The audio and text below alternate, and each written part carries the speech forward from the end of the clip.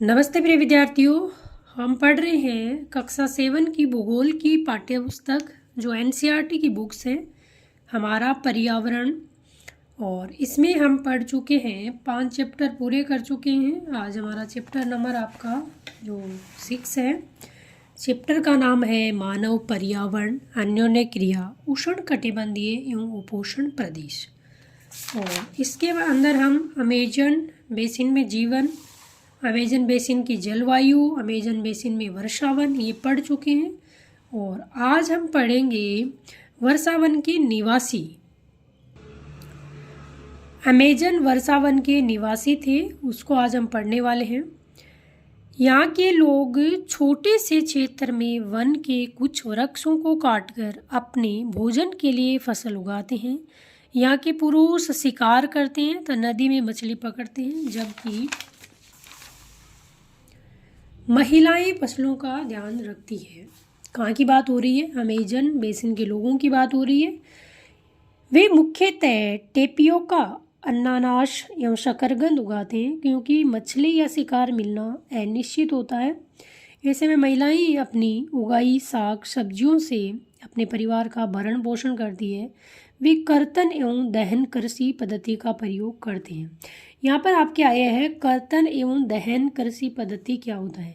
प्रिय विद्यार्थियों, जिस ज़मीन पर आप पेड़ पौधों को काट कर उनको जलाकर उनकी राख को मिट्टी में मिलाकर फिर जो कृषि की जाती है उनको कहते हैं आपकी कर्तन एवं दहन कृषि पद्धति। इनका मुख्यतः आहार है मैन्योक है।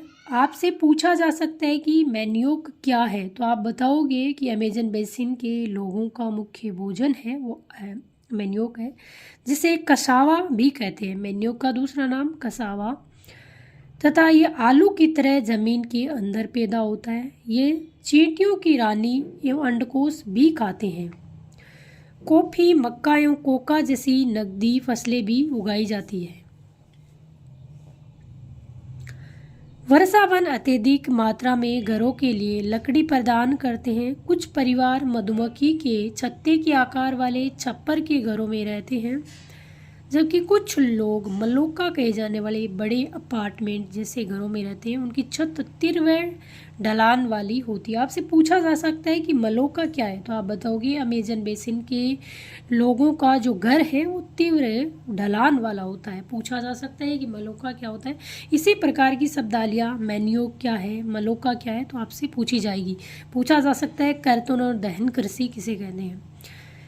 अमेजन बेसिन के लोगों का जीवन धीरे धीरे बदल गया। पुराने समय में वन के अंदर पहुंचने के लिए नदी मार्ग ही एकमात्र उपाय था।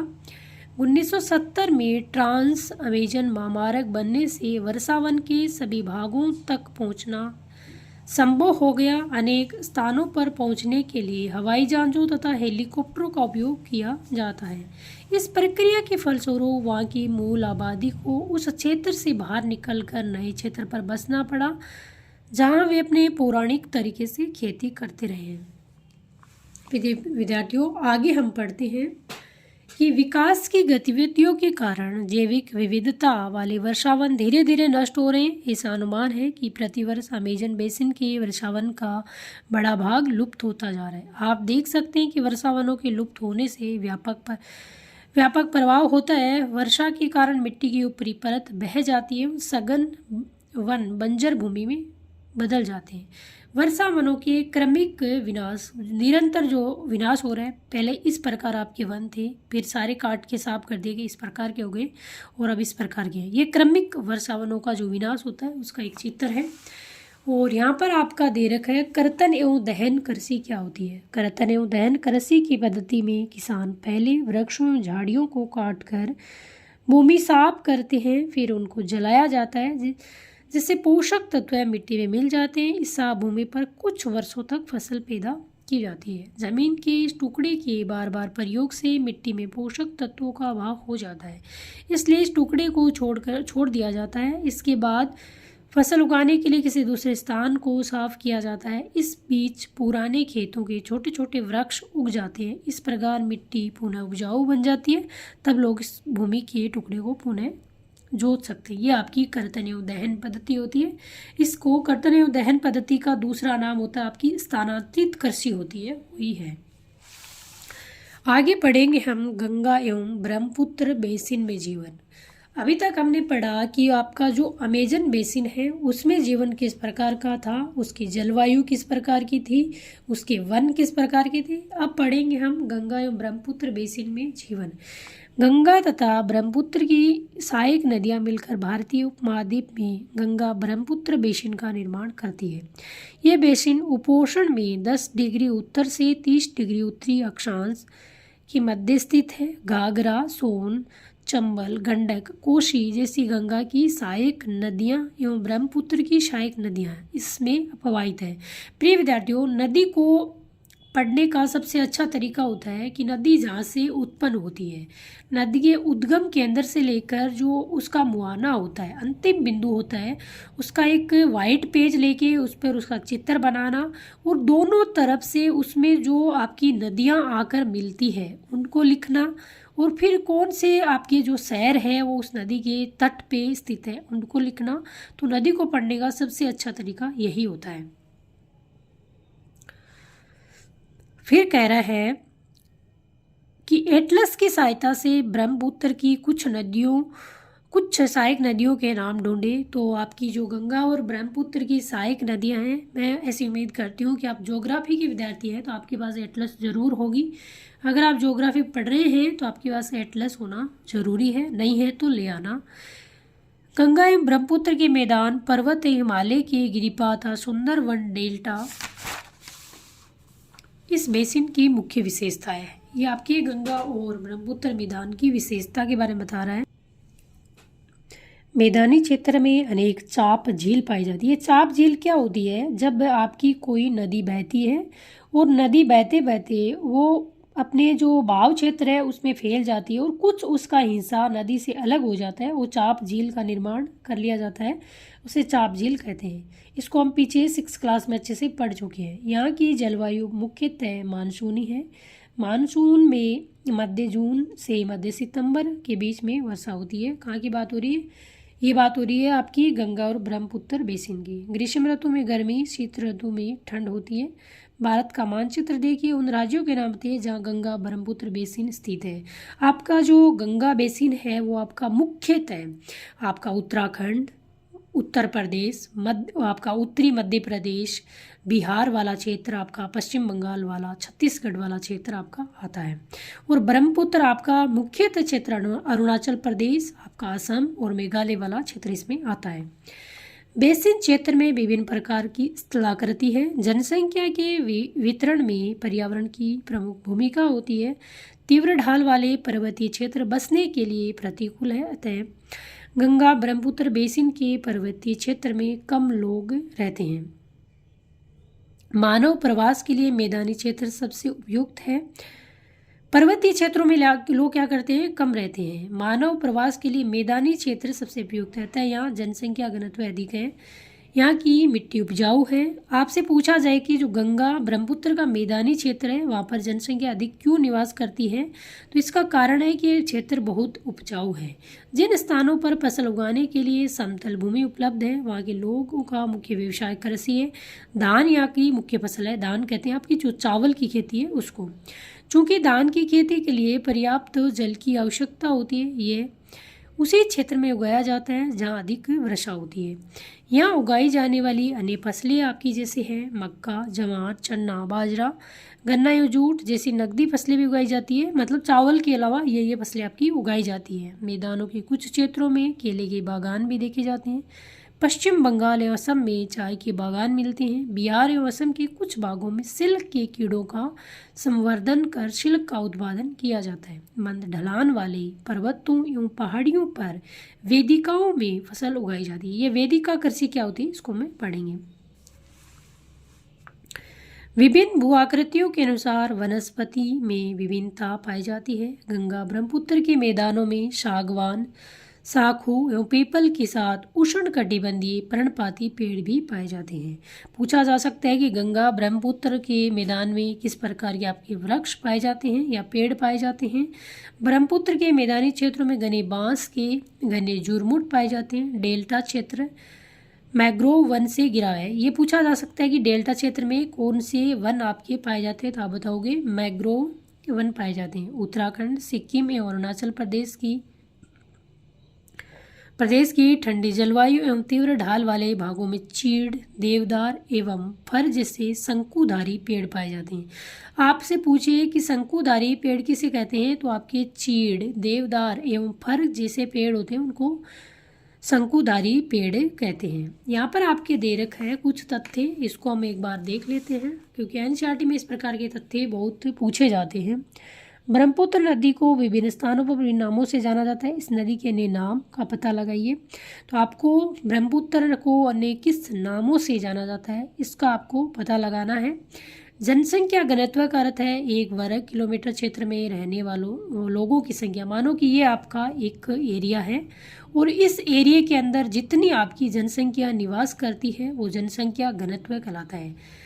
संख्या उदाहरण, उत्तराखंड का जनसंख्या घनत्व है 189, जबकि पश्चिम बंगाल का 1039 तथा बिहार का 1102 जनसंख्या घनत्व है। ये पूछा जा सकता है कि 189 किसका जनसंख्या घनत्व है, 1029 किसका है, 1102 किसका है। जूट, बांस एवं सिल्क से बने हस्तशिल्प चित्र एक तरह की तो आपकी गतिविधि है कोई, ये आपके काम की नहीं है। बेसिन में विविध प्रकार के वन्य जीव पाए जाते हैं। बिल्कुल, गंगा ब्रह्मपुत्र के बेसिन में विविध प्रकार के आप क्या जीव पाए जाते हैं। इसमें हाथी, बाघ, हरिण, बंदर आदि सामान्य रूप से पाए जाने वाले जीव हैं। एक सींग वाला गेंडा, ये कई बार पूछा जा चुका है आपका कि एक सींग वाला गेंडा कौन से नेशनल पार्क में, तो आपका काजीरंगा जो नेशनल पार्क है असम में, वो एक सींग वाले गेंडे के लिए प्रसिद्ध है। ब्रह्मपुत्र के मैदानों में पाया जाता है। डेल्टा क्षेत्र में बंगाल टाइगर एवं मगर पाए जाते हैं। पूछा जा सकता है बंगाल टाइगर कहाँ पाया जाता है, तो गंगा ब्रह्मपुत्र की डेल्टा क्षेत्र में पाया जाता है। नदी की सांप, जल झील, गंगा की खाड़ी में प्रचुर मात्रा में जलीय जीव पाए जाते हैं। रोहू, कतला, हिल्सा मछलियों की सबसे लोकप्रिय प्रजाति। ये क्या आपसे पूछे कि रोहू, कतला, हिल्सा क्या चीज़ें, तो आप बताओगे मछलियों की लोकप्रिय प्रजातियाँ। जब छोटे छोटे फैक्ट वाले पर्सन पूछे जाते हैं, सत्य है असत्य हो, तो इसी प्रकार के 3 देंगे, रोहू, कतला, हिल्सा, और एक कोई और नाम दे के आपसे पूछेंगे ये क्या है, तो आप बताओगे मछलियों की प्रजातियाँ। मछली एवं चावल इस क्षेत्र में रहने वाले लोगों का मुख्य आहार है। तो आपसे पूछिए कि गंगा ब्रह्मपुत्र डेल्टा क्षेत्र में रहने वालों का जो मुख्य जो आपका भोजन है वो क्या है, आपकी मछली और चावल है। यहाँ पर दे रखा आपकी वेदिका कृषि क्या होती है। वेदिकाओं का निर्माण खड़ी ढलानों पर समतल सतह बनाकर कृषि करने के लिए होता है। ढलान को इसलिए हटाया जाता है कि जल का प्रवाह तीव्रता से न हो। ये इस प्रकार की ये दिख रही होगी आपकी पहाड़ों में, इस प्रकार की आपकी बना के वेदिका कृषि करते हुए इसको की जाती है। यहाँ पर आपका एक और फैक्ट है वेरी मोस्ट, यहाँ से प्रश्न कई बार पूछा गया है। गंगा एवं ब्रह्मपुत्र नदी के अलवण जल में एक प्रकार की डोल्फिन पाई जाती है, जिसे स्थानीय भाषा में सुसु अथवा अंधी डोल्फिन कहा जाता है। पूछा जा सकता है जो आपकी सुसु और अंधी डोल्फिन है वो कौन से क्षेत्र में पाई जाती है। सुसु की उपस्थिति से जल की शुद्धता का पता चलता है। रसायन की अत्यधिक मात्रा वाले गैर उपचारित औद्योगिक एवं शहरी गंदगी इन प्रजातियों को क्या करती है, नष्ट कर देती है। इस प्रकार की आपकी जो होती है अंधी डोल्फिन होती है, इसको सुसु कहते हैं। यहाँ पर आपकी फिर एक गतिविधि दे रखी है।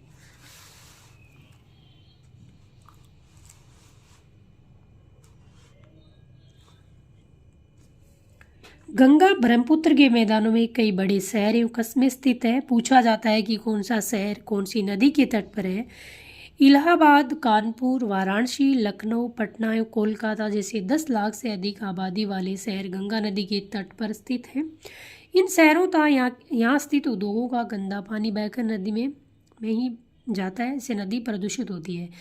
बेसिन में यातायात का सुव्यवस्थित तंत्र उपस्थित है। आप देख सकते हैं कि गंगा ब्रह्मपुत्र बेसिन में यातायात की 4 मार्ग सुव्यवस्थित है। मैदानी इलाकों के लोग सड़क मार्ग, रेल मार्ग द्वारा एक दूसरे से स्थान तक जाते हैं। नदी के तटीय क्षेत्रों में जल मार्ग यातायात का प्रभावशाली माध्यम है। कोलकाता हुगली नदी के तट पर स्थित एक महत्वपूर्ण पतन है।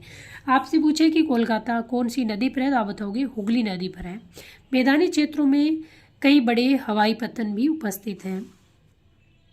पर्यटन बेसिन का एक महत्वपूर्ण पर्यटन इस बेसिन की एक महत्वपूर्ण क्रिया है। कौन से की? गंगा ब्रह्मपुत्र बेसिन की बात हो रही है। आगरा में यमुना के किनारे स्थित ताजमहल, इलाहाबाद में गंगा यमुना नदी का संगम, उत्तर प्रदेश और बिहार में बौद्ध स्तूप। पूछा जा सकता है कि आपका जो ताजमहल है कौन सी नदी के किनारे? तो यमुना। और गंगा और यमुना का जो संगम होता है वो इलाहाबाद में होता है। आपसे पूछे कि बौद्ध स्तूप कहाँ है? उत्तर प्रदेश और बिहार में। लखनऊ का इमामबाड़ा पूछा जा सकता है, इमामबाड़ा लखनऊ में। असम का काजीरंगा एवं मानस वन्य अभयारण्य। पूछे आपकी काजीरंगा और मानस वन्य जीव अभयारण्य, आप बताओगे असम। अभयवन तथा अरुणाचल प्रदेश की विशिष्ट जनजातियां, संस्कृति से कई दर्शनीय स्थल हैं। यहाँ पर फिर आपकी एक फैक्ट दे रखा है। सार्वभौमिक स्वच्छता कवरेज प्राप्त करने और स्वच्छता पर ध्यान केंद्रित करने के प्रयासों में तेजी लाने के लिए भारत के प्रधानमंत्री ने 2 अक्टूबर 2014 को स्वच्छ भारत मिशन का शुभारंभ किया था। ये फैक्ट भी जो सरल प्रश्न की श्रेणी में आता है और इतनी बार प्रश्न में एग्जाम में पूछा जा चुका है।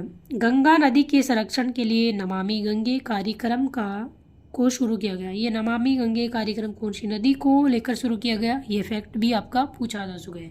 प्रिय विद्यार्थियों, एनसीईआरटी बुक्स में आपके जो प्रश्न बनते हैं वो छोटे छोटे फैक्ट के द्वारा बनते हैं और एनसीईआरटी से ऐसा नहीं कि एनसीईआरटी से प्रश्न पूछे नहीं जाते हैं। आप अगर किसी भी कंपटीशन की तैयारी करते हैं तो आपको आधार बना के एनसीईआरटी को पढ़ना चाहिए। और एनसीईआरटी में इतने आपके जो बेसिक कॉन्सेप्ट हैं इतने शानदार तरीके से क्लियर हो जाते हैं।